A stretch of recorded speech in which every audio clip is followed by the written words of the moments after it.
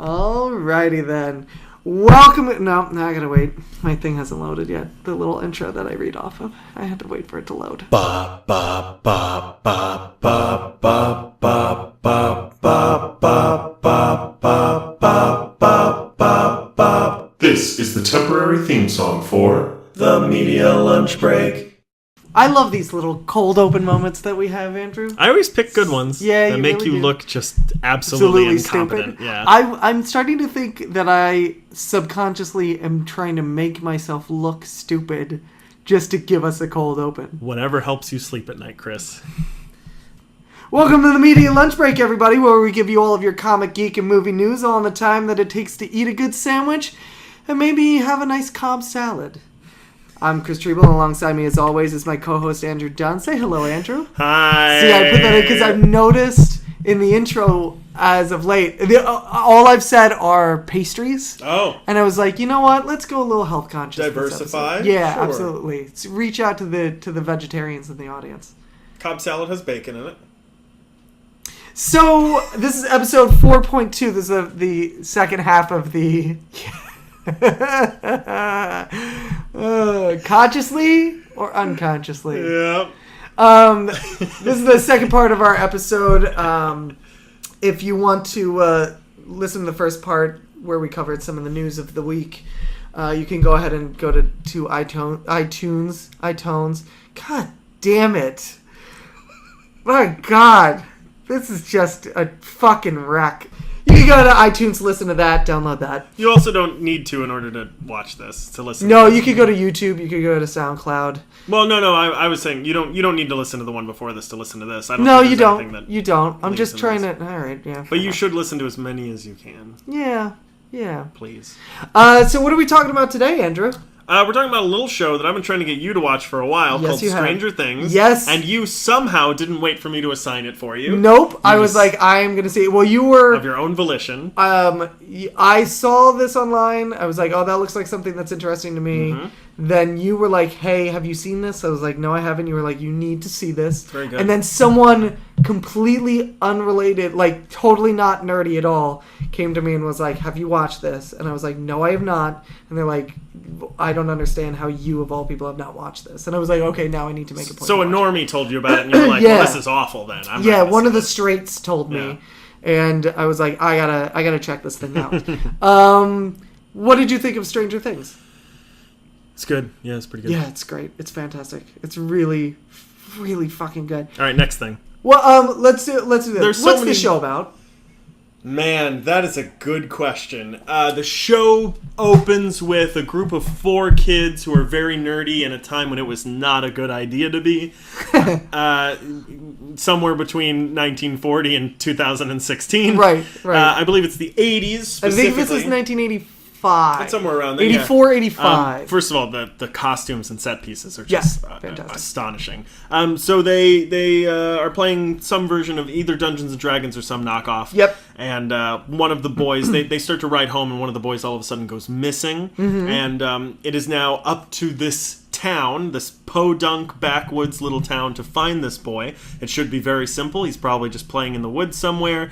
And yet they start to uncover mystery after mystery after mystery, and eventually it starts to take on this otherworldly nature. Yeah. The whole thing that I think caught the zeitgeist about it is that it also very much feels like an 80s movie. Feels very much like a Stephen King. Yeah, it feels... Well, that's the thing, is that it has a couple of different things going for it, a couple of different genres kind of going for it. It feels like a Stephen King story. It feels like an old 80s movie that you didn't even know existed, that you found somewhere. It's got some John Hughes elements It's got some John Hughes. I would even say it has some John Carpenter to it as well. All the other Johns. All the other Johns. John Candy makes an appearance. Oh, God. Yeah.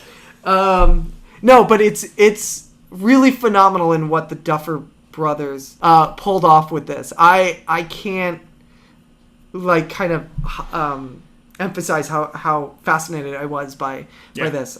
When you start this, it's really, really good. Well, and specifically, the reason it feels so much like a Stephen King movie to me is because Stephen King's movies are notoriously low budget.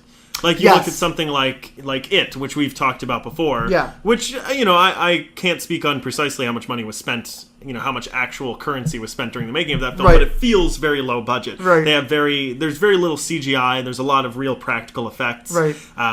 And people just seem to be wearing their normal clothes. It's that sort of movie. Yeah. And Stranger Things very much feels like that. The budget seems very small. It's a bunch of no-name actors. Right. And what's her face? Winona Ryder. Who's excellent. And Matthew Modine. So you also, have that kind again. Matthew Modine is sort of a B-list. Right, but what I was going to say is, again, you to kind of harken back to that 80s feel to it. Mm-hmm. You pull in two 80s. Yeah, I'm going to say icons, especially with Winona Ryder. They were certainly at their peak. In the 80s. Yeah. So those are great little, and they're not even like.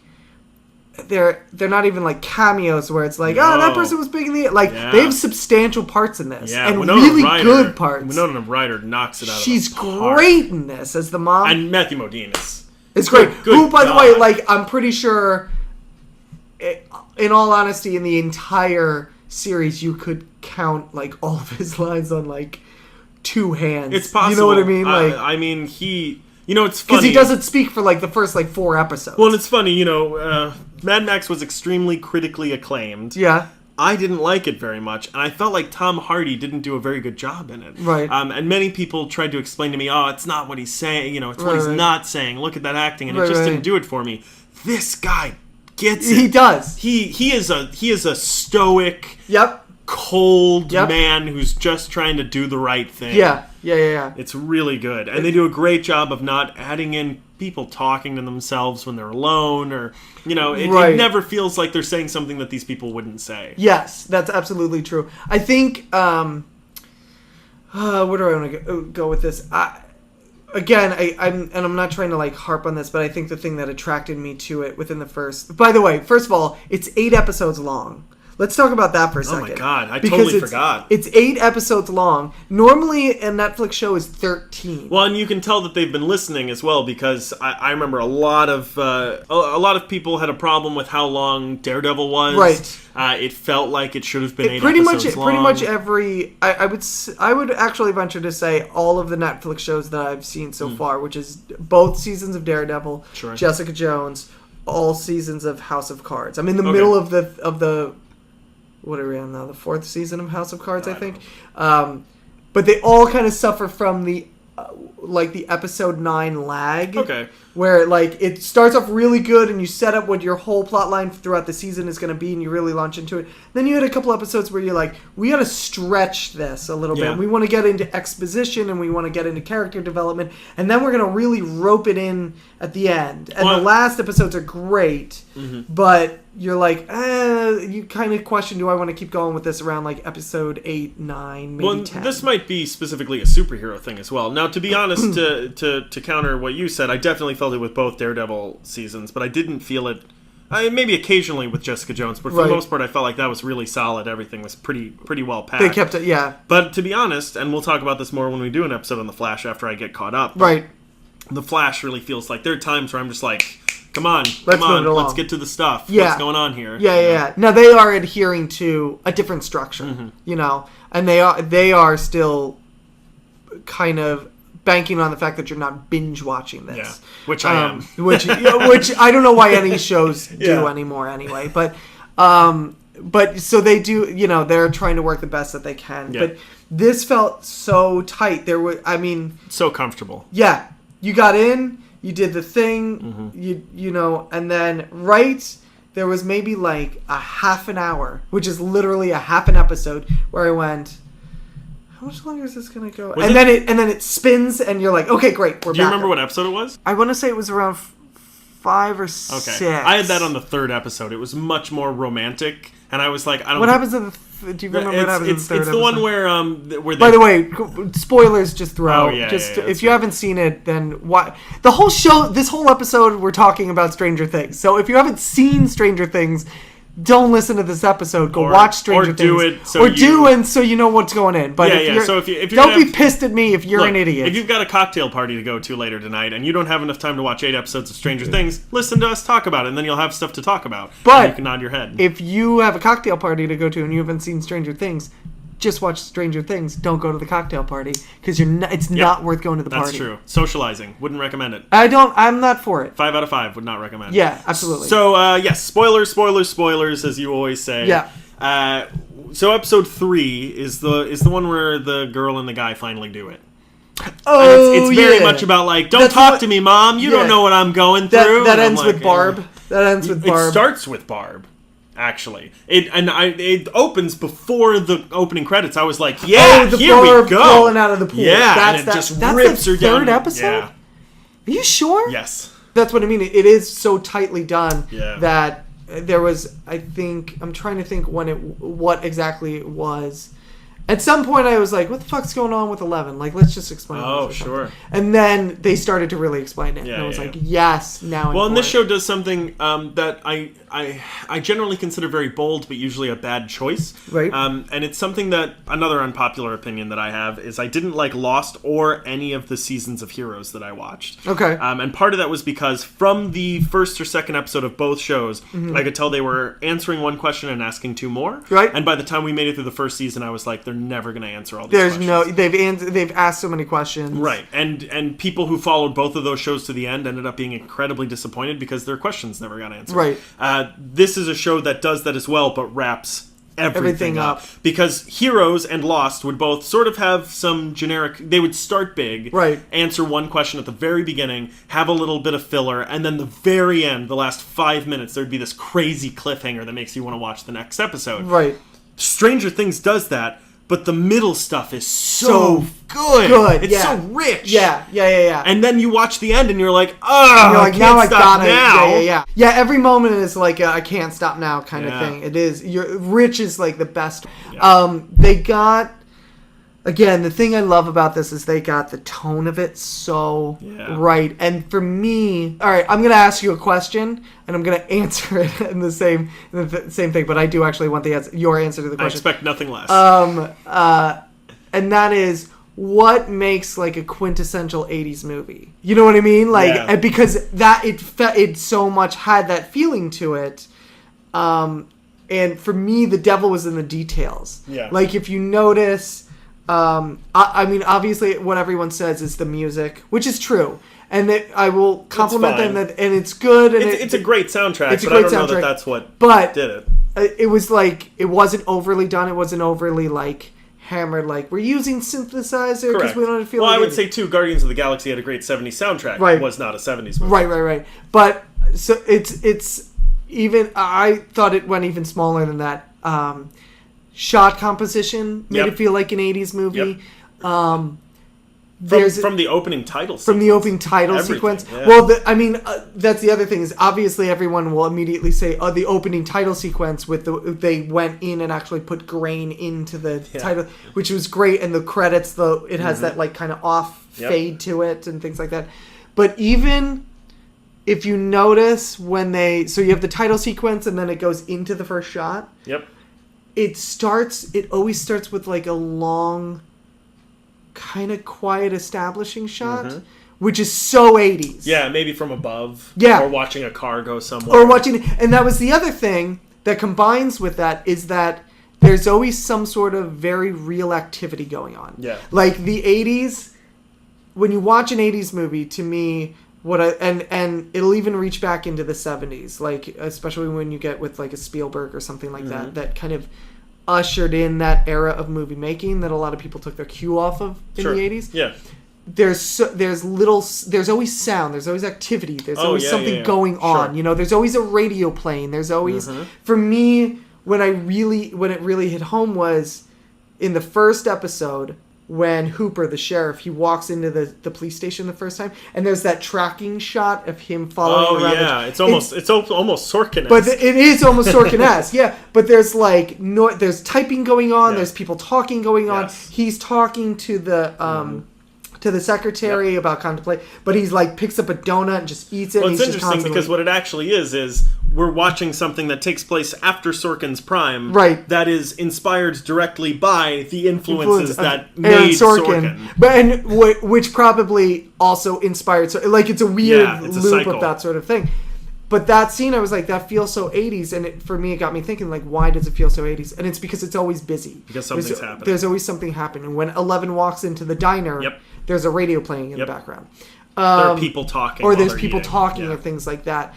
The other thing that I love is, and again, that makes it feel so 80s, is real world references that I think we don't do anymore. Like what? Again, devil is in the details. Real songs actually playing on radios. Oh yeah, sure. Real songs actually playing on radios. The Clash, I believe. The Clash makes a very big it's a very impact. big impact in that. Yeah. But also, there are two movie posters in the bedroom, in the basement in the bedroom. Yeah, There's Evil Dead, sure, and The Thing. Yeah, The Thing is and huge. In the sister's bedroom, there's a Tom Cruise poster. Oh right. Which, again, in movies today, I don't think you would have. Like, they don't ever just slap some. I think random, they're worried it'll take you out of it. It'll take you out of it. When in reality, it just brings you in. It puts you in more. It makes it feel like it's a real thing. Yeah. And the third thing that makes it feel like an 80s movie, and the thing that I think I love the most about it, is that this doesn't feel like a town that's been constructed for a movie. It's not perfectly laid out. Right. You know what I mean? Like, it's not like you drive to the supermarket and the supermarket is, off the road in front of a large parking lot or something like that. Like, the kid rides his bike out of his house, down the street, and then the supermarket is like down a hill off the road.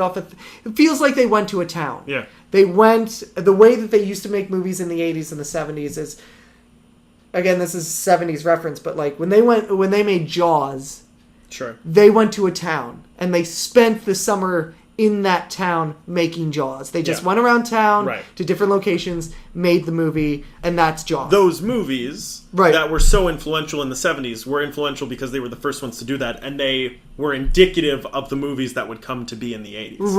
Right, exactly, yeah. But I just love that lived-in feeling of, and everything I watched, everything I saw, just felt like that. Just the little, again, the feeling like we didn't construct this town. We didn't shoot for 3 weeks in California, and then we went to Turkey for 3 weeks, and then we went to, you know what I mean? Yep. It was like we found a town. All seems to, it has a school, it has a supermarket, it has some houses. It all looks residential enough. We can, we're gonna just shoot in every location we can in this town and then get out. It feels like a real town that I can visit. Yeah. Yeah. Even though I just answered my own question, I'll kind of pose it to you. Like, what feels like when you not even just for Stranger Things, but when you kind of see an 80s movie, like, what makes it feel? Is there anything specific that like makes it feel 80s to you? Sure, yeah. I mean, there are specific things that I think Stranger Things really hits home in that regard. One of them that really stood out to me was being able to watch the show and say, "Wow, this acting is really bad, but it's so real." Yeah. I don't know what that is. It's something I'm usually pretty good at putting my finger on stuff like that, but there's something that is so authentic about the things they're saying, and yet it's still terrible. It's one of those things where it feels old. It feels like old hat. It feels like they were like, this is the script, but then like at the beginning and ending of all scenes, they just were like, just keep rolling. Like, they just do something and we'll just keep rolling. Yeah. Like the cafeteria scene where it's the sister and the kind of douchey boyfriend and the two douchey friends. Like, there's a moment going on. Again, this is this is very 80s. Like, there's a moment going on where she's looking at the loner kid. Yeah. She's behind the douchey couple. Yeah, sure. And so the douchey couple is like doing something weird in the foreground, and they didn't switch those two. They didn't put her in front of the couple, correct, so you could clearly see her. You got to look past them, and they're doing some weird thing, and you can tell they're just making this up. Like, this isn't a choreographed or a blocked. Well, and there's a lot of trust that has to happen on the part of the director. That, first of all, the actress will be interesting enough that the audience will be drawn to that person. Yeah. And there's, I remember reading. I think it was called On Method Acting or something. There's a whole chapter on this one guy who was in a crowd scene on stage. Right. And he was playing with a box of matches. Right. And all he was doing was opening it and closing it and sort of reading the box of matches. And the director had to tell him to stop because he was distracting. Everyone Right. else is talking and throwing up a big fuss, and he was just interested in what he was looking at. Right. And it just goes to show, and I think the 80s was a good time for playing around with that sort of thing. Yeah. Where, as long as you are being authentic and really looking at what you're looking at and really trying to just be in the moment, you'll be what people look at. And those two douchey friends are a great example, a great... what's the word I'm looking for? A great tool, right. no pun intended, yeah. to be able to use that, because they're not. They're so outrageous. There's nothing about them that feels real in the slightest. They're very over the top, like making fun of people. Yes. And so you're, of course, going to be drawn to the authentic person in the background. That's true, yeah. Yeah, I mean, it also, and I think it also plays towards that kind of feeling of the shoestring budget, or the, like, let's get into this town and we'll shoot around and we'll just get out. Of, you know, we're going to do a couple of takes. Yep. And that's it. That's all we got time to do. That's all we got film to do. That's all we can do. We you know, we're going to do a couple of takes, so make it good. These are the lines. This is what you want to do. Mm-hmm. You know, you got to be really, really douchey in this. Do whatever you got to do to make it look douchey. And then we're going to get out of this. Yeah. You know? Whatever it is what we got. That's what, we're going to do 7 takes and we got to move on because we don't have money for this. And speaking of bringing up the douchey couple. Right. Another thing that makes this a very... I've now spent more time talking about these two actors. Well, no. Oh, I could not name their character's name if you put a gun I'm actually not going to talk about them, though, but it's a segue. 80s archetypes. Yeah. These, I mean, yes. I started, I don't know any of the characters' names. No. Because I just know them as Christian Slater. Right. And Crispin Glover. Right. And Molly Ringwald. Right.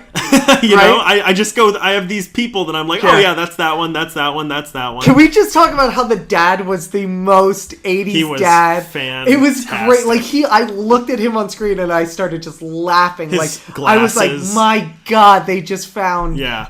the most 80s dad that the 80s ever had. Yeah. Well, and I mean, yeah, he clearly had just the clothes. Just the aloofness. He had more of the clothes than anyone else. The glasses. They were great. Just were and like him just eating chicken. Yeah. Was like the most entertaining thing I've ever seen. Fantastic. It was so good. Some real great comedic moments in the show from him in particular, but also from Matthew Modine. Yeah. Real great moment where he's trying to get past a security guard, and he's trying to talk his way out of it, and the guard calls him out on it, and he goes, okay, and just punches him. Oh, no, not Matthew Modine. The sheriff. Oh yeah, the sheriff. Yes. That's right. Yeah. Yes. Which, okay, I'm gonna throw this in now. That guy, whose name I want to say it's Josh something. What's the character name? Hooper. David Harbour. I was way off on the Josh thing. So David Harbour. What else has he been in? David Harbour. He was on The Newsroom. Oh. He was on... Oh, it's Jim Hopper. That's why I thought it was Josh. Oh, gotcha. It was a J name. It's Hopper, not Hooper. Have I been saying Hooper this whole time? Yeah, I did too. Oh, all right. You know him. Sorry, we'll just delete this episode. Yeah, that's fine. David Harbour, he's been, like I said... Oh, he was in Suicide Squad. He was one of the people at the Amanda Waller meeting. Oh, okay. And then he's the one who says the line about, what if Superman... the dinner. Yeah, that's right. He was on a couple episodes of Banshee. Like I said, he was on a bunch of episodes of the Newsroom. He was... he's a Tony nominee for... Who's Afraid of Virginia Woolf? Wow. Yeah. Recently? When was that? Yeah, that was a couple of years ago. I think that's the one with what's his name? Tracy Letts was in it. Yeah. He's this guy who he's been working a lot. You'll see him around a lot. He's great. He's one of the better so fantastic. He's probably the only one I would say it doesn't fall into that category of sort of shitty authentic acting. Yeah, he really went for it, and he really and I will say this, I watched him in the last episode, and they've been rumoring that they're going to relaunch, they want to redo Indiana Jones, and I think he would be fucking fantastic. I know his age, I know, but If they want to do if you're going to redo it. Yeah, but they're probably going to want to do a franchise. Right. But this guy, he's only 40. He's in his, like, early 40s. Okay. I mean, which that's not gives terrible. him enough gravitas. Yeah, like, you can get 3 movies in. You could, yes. 3 or 4. But the other thing is, like, if if they had kept going with the bug just tried to fly right in your eye. If they kept going with after the original trilogy of Indiana Jones movies, like, they could have still gotten, like, I would say 6 out of Harrison Ford before it really started to. Right, but the point was to pass the torch. Right. Of that last one. Right. No, I know, but I'm saying they've been saying instead of passing the torch, they want to just. They should. Yeah. They do a redo.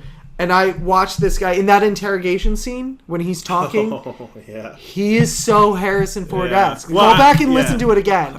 Just the sound of his voice. I mean, when you said that, I was like, yeah. I mean, he's just a little too old, but he is. I mean, you put a cowboy hat on him, and I could see it immediately. I'm telling you, he would be great because he also strikes that great balance of intensity, but kind of sense of humor that Indiana Jones has. He's sort of one of our last remaining actors of that type. Yeah, he is. He is kind of like a. He's not a pretty boy. He's not a generic Romeo. He's handsome, but in like a rugged way. Yeah. You in know sort of what I mean? a weird way. Yeah, yeah. He's not in the same way that Harrison Ford was. Exactly. In kind of a he's weird not way. perfect. Yeah. He's not perfect. Yeah.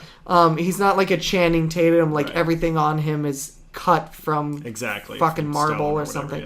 I saw this and I was like, yeah, that would be good. And if you're going to relaunch that franchise, don't do it with a Chris Pratt. Don't do it with someone who's so young that I don't believe he is the character that he is. Sure. Like, that's the thing about Indiana Jones that makes him great. This is a whole different topic now, but that's the thing about I Indiana suppose, Jones. But in the first one, he was a little young. He was a little 30, young, 30 but you something. felt like he's been through some shit. Yeah. Well, you know what I mean? Certainly. You get a guy like David Harbour, who's like 74. So he's like 74. No, he was born in 74. Oh. So he's like 42. Okay. So you put him on screen, he looks like I believe he's been through some shit already. Sure. You know what I mean? Like I can understand how that character is already fully formed from frame 1. Yeah, could be. But I just thought he was great. I'm glad I've known about him for a little while now. I had no idea who he was. I've just seen him in a bunch of different stuff. Like, he'll just pop up, and he's always good. He knocks always it out good. of the park. And I'm so happy he was in. Like, he just nailed this. I really hope this gets him. I will say one of the things I did not like about this show was the return of the douchey boyfriend. That felt so out of place. I will to say me. that, it did feel really like he's odd. such an asshole, and then they're just like snuggling in sweaters in the Christmas scene. Right. It felt so weird. Okay, here's the thing about that ending, though, where she snuggles up with him. Yeah. I feel like... No, yeah, you're right. No, it was like... Because the other alternative feels like she ends up with the weird guy. Which also... Yeah, I would much rather she remain single at the end. Yeah, I mean, I guess. I would much rather she be like, yo, my best friend just died. Right. I'm going to need a minute. If they're going for that whole kind of 80s feel, then that kind of goes along with it. Is like the girl ends up with a guy. No, that's true. I mean, but that, I would say that's one of the biggest flaws of the 80s. Like the John Hughes, it doesn't pass is it the Bechdel test? The Bechdel test, which is 2 women. It's a test to see if it's not that kind of test. Oh, okay. It's a test to see if it's progressive in a. By the way, me getting excited about the prospect of 2 women, it's going to test the theory that we floated in the other half of the episode of my wife is never going to listen to this podcast. And if I come home randomly and she's just weirdly mad at me, it shows that she's listening. Eventually, there will just be an hour-long episode of me talking to myself with a hand puppet. And that's how you'll know. Yep. But it's the Bechdel test, a test of are there 2 women in your movie or TV show or book or anything? Do they talk to each other? Right. And do they talk to each other about something other than a man? Other than being in love with a man. What is the test for? It's to see if it's progressive enough, basically, to exist in a modern world, or if it's using women. There's more to it too. Like, there's a question as well that's, can the female lead be replaced with a lamp? And will the story be the same? Yeah. Like that. Okay. Yeah. All right. Yeah. And I don't think this passes. In that instance of ending up with a guy, yeah, it doesn't. Well, and there's only only one woman for most of the show. I mean, other than there's like Sigourney. It's not Sigourney Weaver. There's Winona Ryder.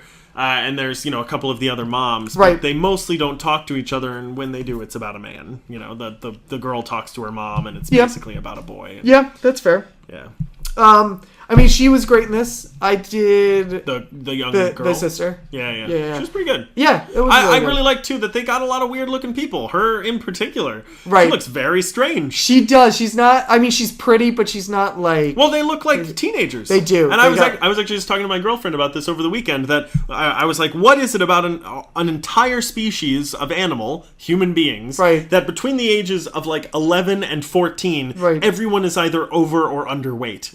Yeah. Yeah. And everyone looks goofy as hell in this because they're that age. The kids, we haven't even touched on the kids in this. Yeah, not yet. Good God, these kids are good. Yeah. Holy shit. They're pretty great. Well, I love the kid who plays, who's Toothless? What's his name? Dustin, yeah. Yeah, he's fantastic. Fun fact about Dustin as well, or Gatton, what's his Gayton Matarazzo. I looked up his first name, I did not look up his last name. Right. So this young child hit puberty halfway through filming, and they had to film the rest of it and then re-record his voice. Are you serious? Over the filming. Wait, are all of his lines overdubbed? No, half of them. Okay. He hit puberty halfway through filming, and they were like, well, his voice is changed. That's why I did notice he had a lot of overdubbing, and it didn't take me out. I was just like, oh. I thought it had to do with the like lisp that they put that he was doing. Well, yeah, he's missing teeth. Yeah, so I thought it had to be. I thought it was like a case of like, I didn't quite nail the lisp on this one. We need to put it in. Another fun fact about this cast. Okay. Almost all of them are heavily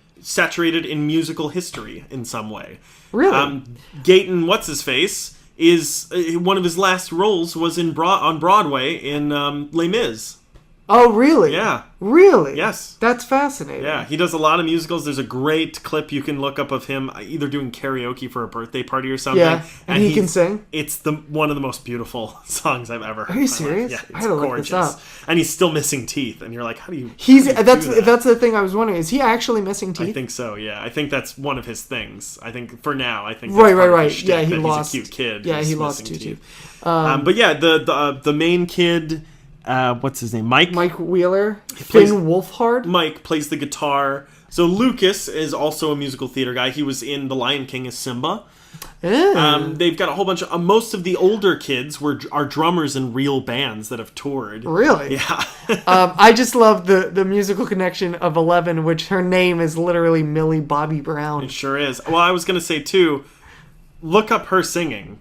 That out of all of this, I mean, Gayton, what's his face, look up as well because he's very good. Right. But 11's voice, the girl who plays 11, is outrageous. Apparently, these kids are also just charming as fuck. Well, yeah, exactly. On the interview circuit. There's a great video of all of them on the Tonight Show. I don't think it's on the Tonight Show, but it's just a video of all of them. I think it was some sort of promotional bit on MTV or something. Oh, okay. And they're answering 80s trivia. Oh, great! And it's pretty good. Yeah, and they do a pretty good job actually for being.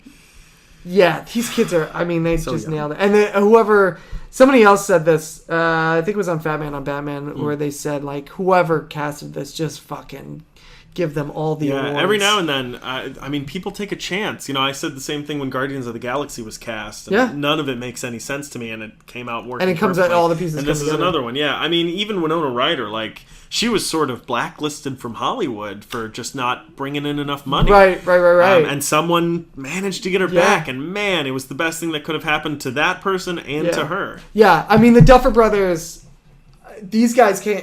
because I'm trying to think what else they've done, but they just, like... they know their stuff. Freaking killed it, man. They are just geniuses to come up with this. This is quite an ensemble... an ensemble piece because I could see this happening as a sci-fi movie as well with a different casting. Right. Even with the Duffer Brothers, it wouldn't be what it is. That's what somebody was saying to me. I was talking about this with a friend I'm gonna give them a plug. My good friends Emily Hawks Lewis and Andrew Lewis, because they're hopefully listening to You the have podcast. another friend named Andrew? I do. Is there going to be an episode where we fight to the death for your affection? I mean, you know what there is now. Yeah, I kind of hope so. Yeah, All let's right, do good. it. Yeah. All right, official. You heard it here first. No, Andrew Lewis is a very talented filmmaker in his own right, so hopefully we'll be talking about one of his films on here very, very soon. This is a real person? This is a real person. I'm not making this. I don't make these people up. I actually, when I leave here, I talk to other people. I'm sorry if that upsets Now you. you're just saying things to hurt me. Yeah, I am. But he was saying like this could have really worked as a movie, which it does, because it hits all the movie tropes. It does. It would have been a shame though. To have so little. I mean, I loved. It's like, what can we do when you have an 80s movie about kids? It's all about the government. Like, it's them running from the government. I was going to say E.T., very heavy influence in this. Yeah, absolutely. So I just loved... Yeah, I loved everything about this. The other thing I really appreciated is that as much as I love the 80s thing, they were not afraid to let it go when they needed to. Yep. You know what I mean? Like, near the end of the episodes, they didn't really do it. Yeah. Well, and they did something too that Netflix tends to do, and they have a pretty good grasp on this idea. A lot of Hollywood, especially superhero movies, and especially the DCEU, don't seem to be getting this idea, and they really need to figure it out. Right. But there's something to be said about putting as much money as you can, or at least most of your money, into the cast, into the story, into the direction. Yes. And then if you need a little CGI to pepper it in there, put a little bit of money into the CGI. Deadpool did that as well. Yeah. You know, they put very little money. I mean, Colossus looks terrible. Right. Most of the special effects are pretty bad, but you've got a bang-up cast and script and direction and just fantastic ensemble. Whereas we saw Suicide Squad, and it looked like they were trying to make something very pretty. An audience, I think, will make the leap with bad special effects more than they will bad story and bad casting with good special effects. As long as the characters believe what's happening in what we're watching, the audience will believe what's happening. Yeah, that's what I mean. Yeah. If you can have the special effects not be the greatest, but if I'm with you for the story, then I don't really care. Won't matter. Yeah, I don't really care. See, if you're listening, DC, it's called the suspension of disbelief. I know it's a hard concept to grasp. Especially working in comic books. Yeah, exactly. Yeah. All right. Cool. I mean, I don't. Do you have anything else you want to talk about with that? No. I mean, I think we sucked that dick for long enough. It's funny because there's not really much... There's not a whole lot of bad things I would say about this. Yeah, I mean, the CGI occasionally is kind of lame, but other than that, it doesn't... You excited for season 2? Yeah, they added an episode. Did they? Yep, it's 9. It's going to be 9? Mm-hmm. And they released what people are thinking is the names of all the episodes. Yes. Because they released a promotional video that just has... They said, it's going to be 9 episodes, and then they had 9 titles? Yeah, just 9 little phrases. Now, they have said it's not going to be like an anthology thing. It's not going to pick up a different story. It's going to be same characters. Yeah. Same story.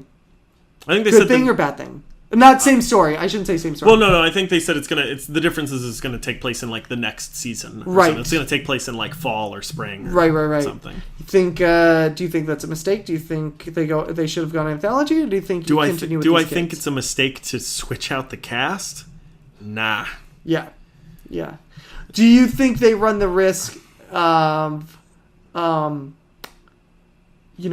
the what I'll refer to as the John McClane problem, which is like how much weird crap can happen to 3 kids in one small town? No, because they've said it's not going to be a sequel. It's going to be like something different happens to these kids. Well, here's the thing: they set up the sequel pretty well with the kid barfing up a slug in the sink. Yeah. But I will say you use the R word, and this show more than anything else, risk with a capital R, man.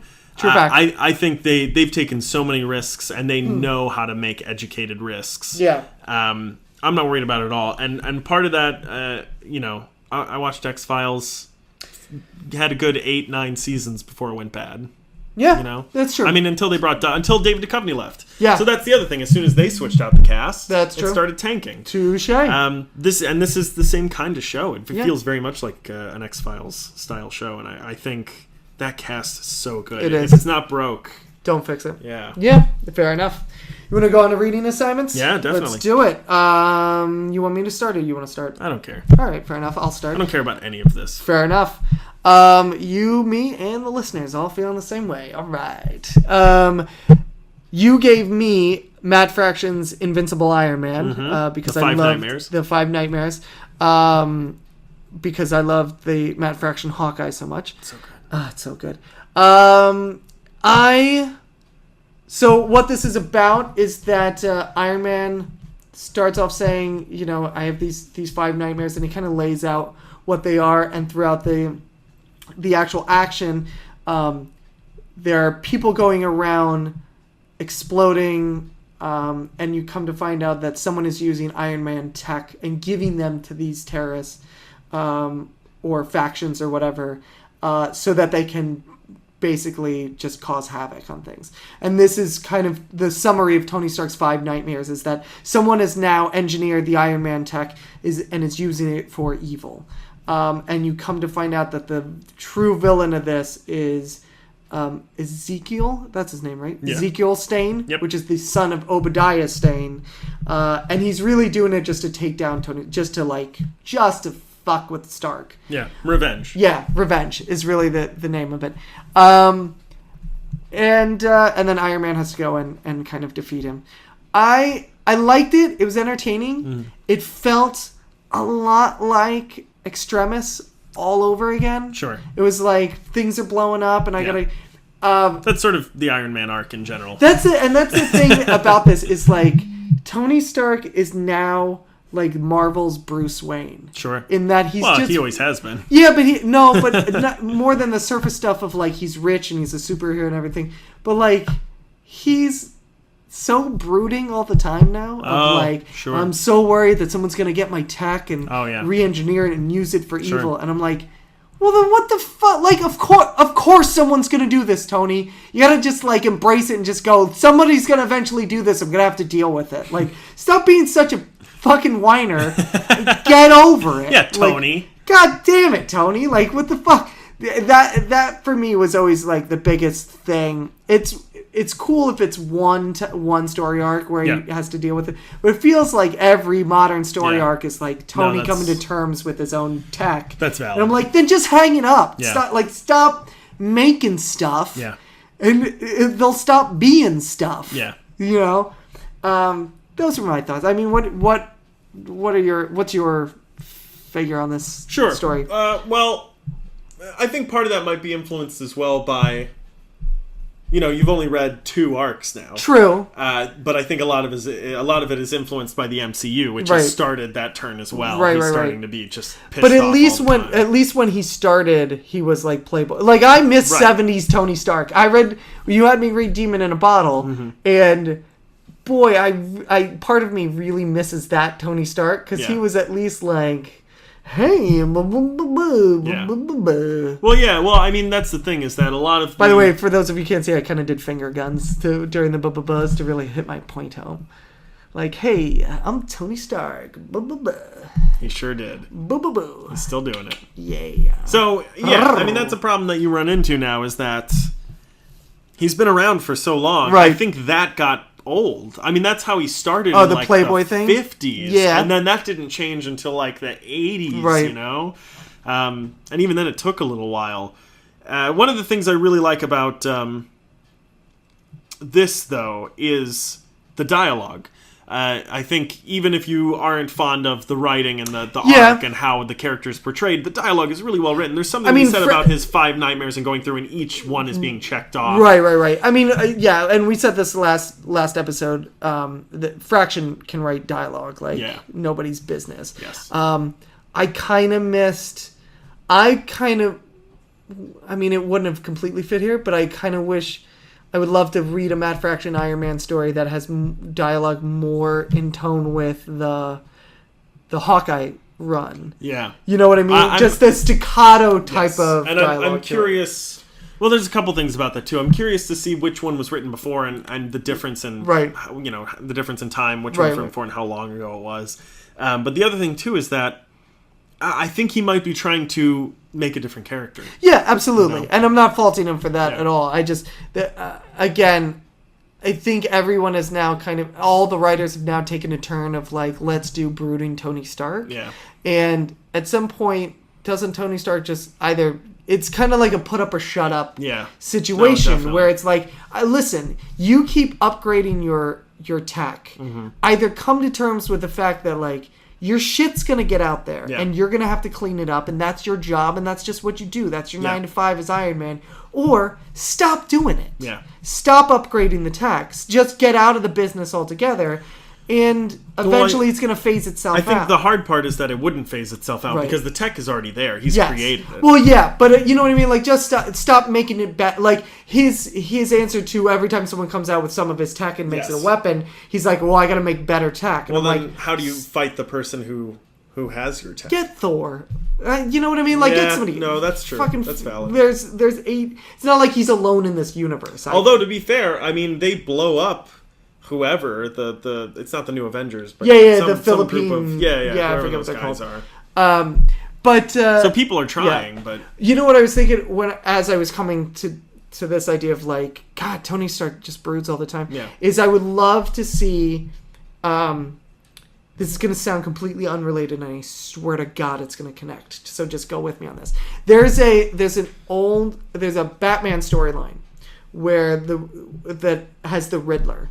And Batman is doing his normal thing, and the Riddler's doing his normal thing, and Batman's chasing the Riddler, and he finally catches the Riddler. And at the end, the Riddler says, "You know, I really tried not to leave a riddle this time.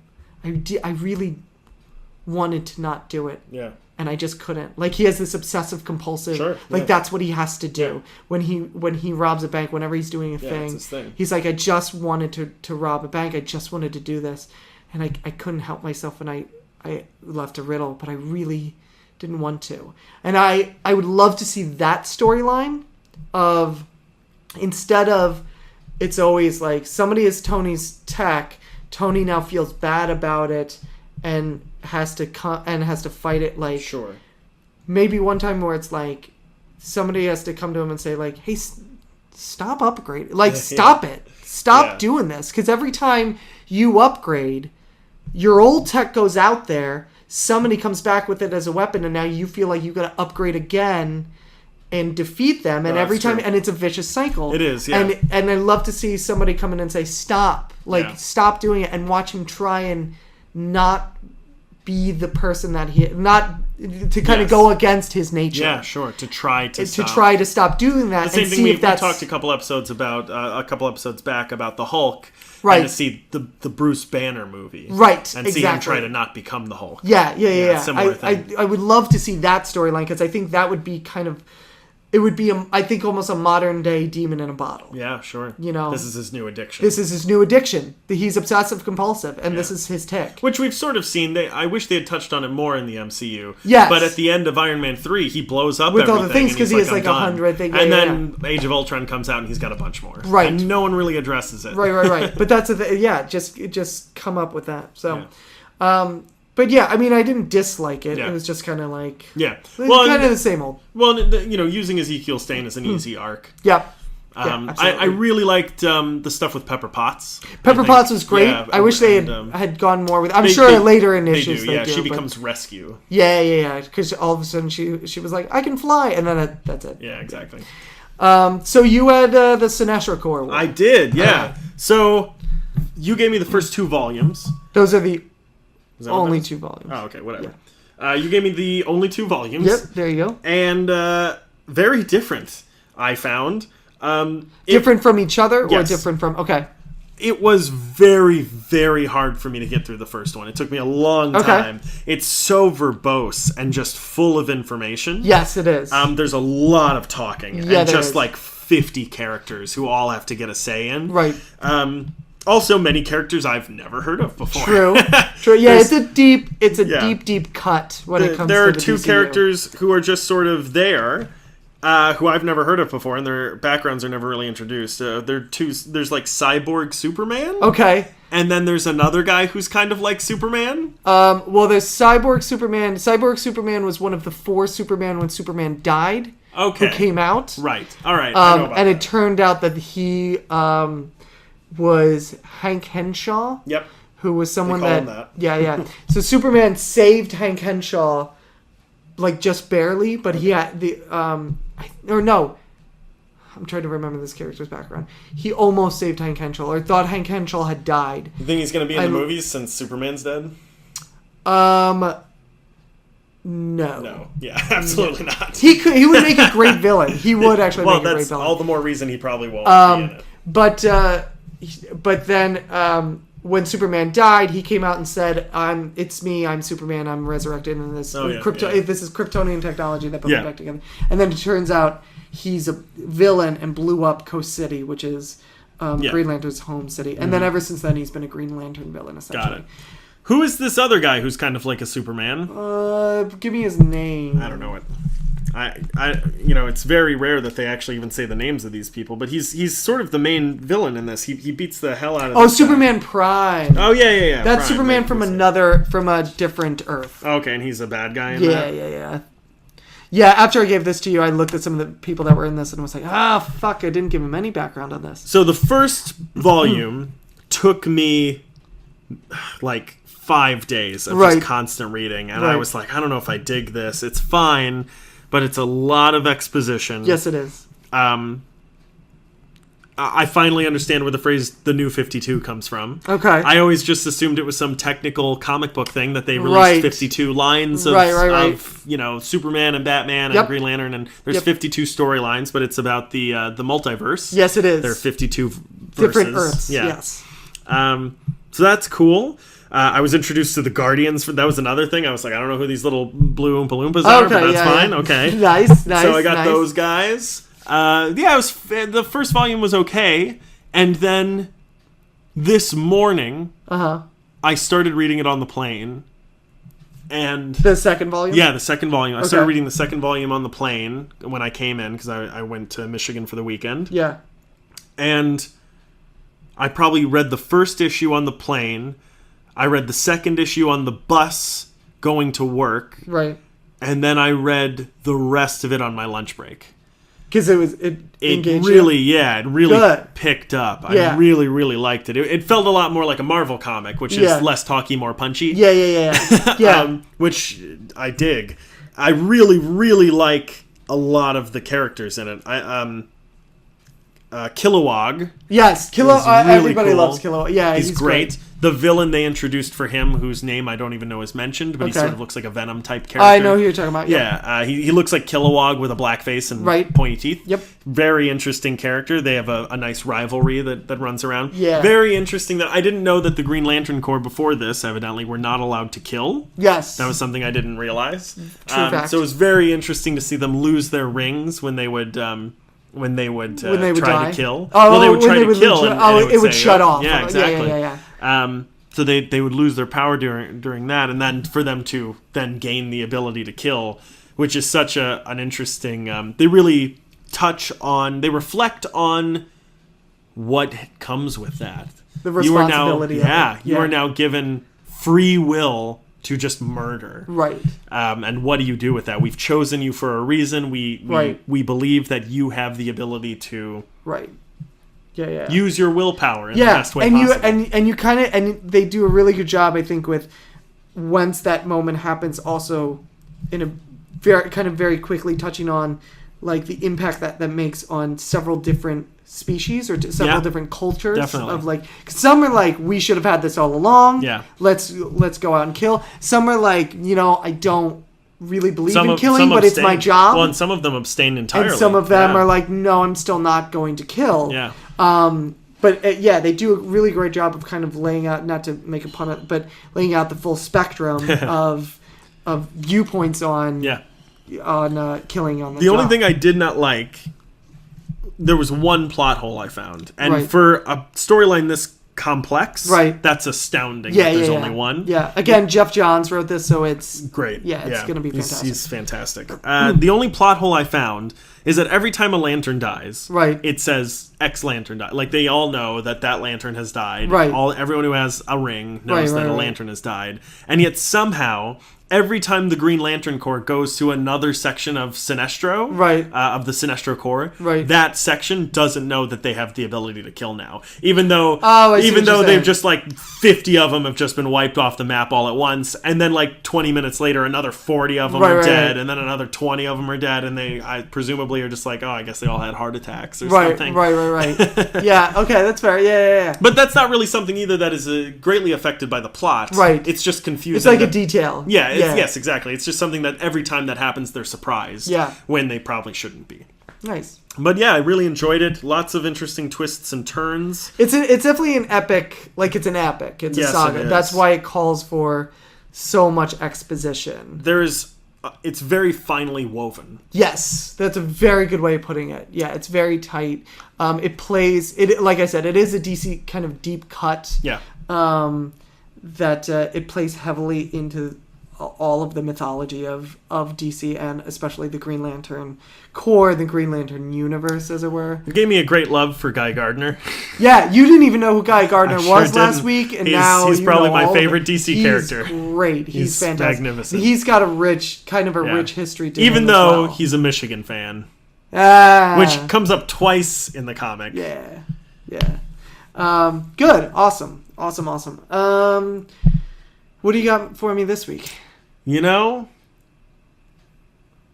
I'm not going to Oh. give you the one that, Oh. that I grabbed one before we started recording. Oh, And I'm gonna we give got it a everyone. twist. I know. It's something we talked about, I think, in the last episode. Here's the thing: is that Andrew, before this started, had actually grabbed the books he was going to give me for the first time, so that we wouldn't have this awkward moment of him having to get up and go get it.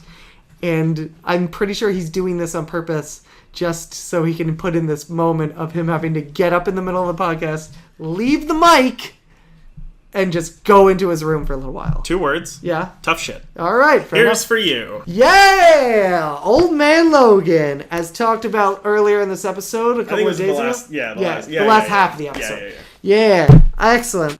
If you're gonna improv a choice, this is the right one to choose. Yep. Yeah. I think that's good. All right. I'm looking forward to this. Do you have something for me? No explanation needed about Old Did Man you just Logan. draw a couple panels on a napkin? Yeah, You're going to hand them over? Hang on. Wait. I can't go into my room, but you can dig around I in your can backpack. awkwardly. Yeah. Well, that's my version of Why does going your awkwardly into it. backpack? Why does it look like a candy stripe? That's how they make all of these. All right. They're all. Who? The government? Yeah. It's a requirement that backpacks have to look like that. I have actual issues. Good lord! Actual What do you issues. expect me to today. do with this? I don't know, but I've stopped. This is how I normally would decide your reading assignments.